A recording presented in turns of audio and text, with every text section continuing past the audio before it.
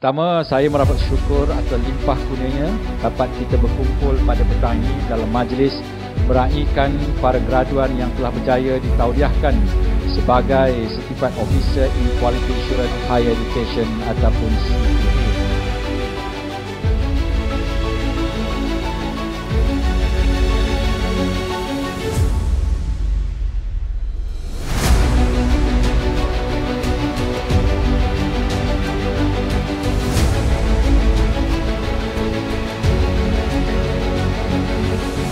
MQA telah pun melangkah satu senario ataupun satu keadaan yang di luar daripada kebiasaan. Kita telah menceburkan diri dalam training untuk melahirkan lebih ramai lagi PPT kita ataupun staff ataupun warga PPT kita di bawah naungan MQA untuk mempunyai kemahiran sijil yang kita panggil Certified Quality Officer.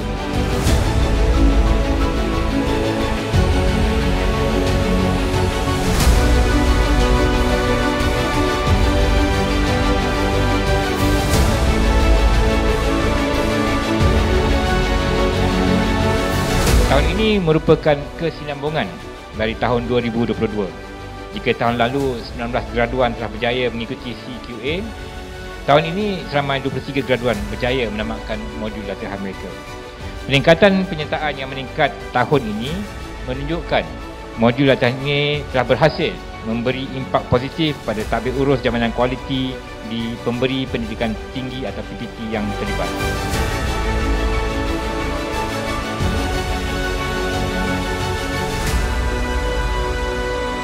Akhir kata, tahniah kepada semua para graduan dan semoga terus cemerlang dalam memberi sumbangan serta inspirasi kepada semua pegawai IQA di negara ini, seterusnya menjadi ejen perubahan dalam menambah baik imej serta kualiti pendidikan tinggi di negara.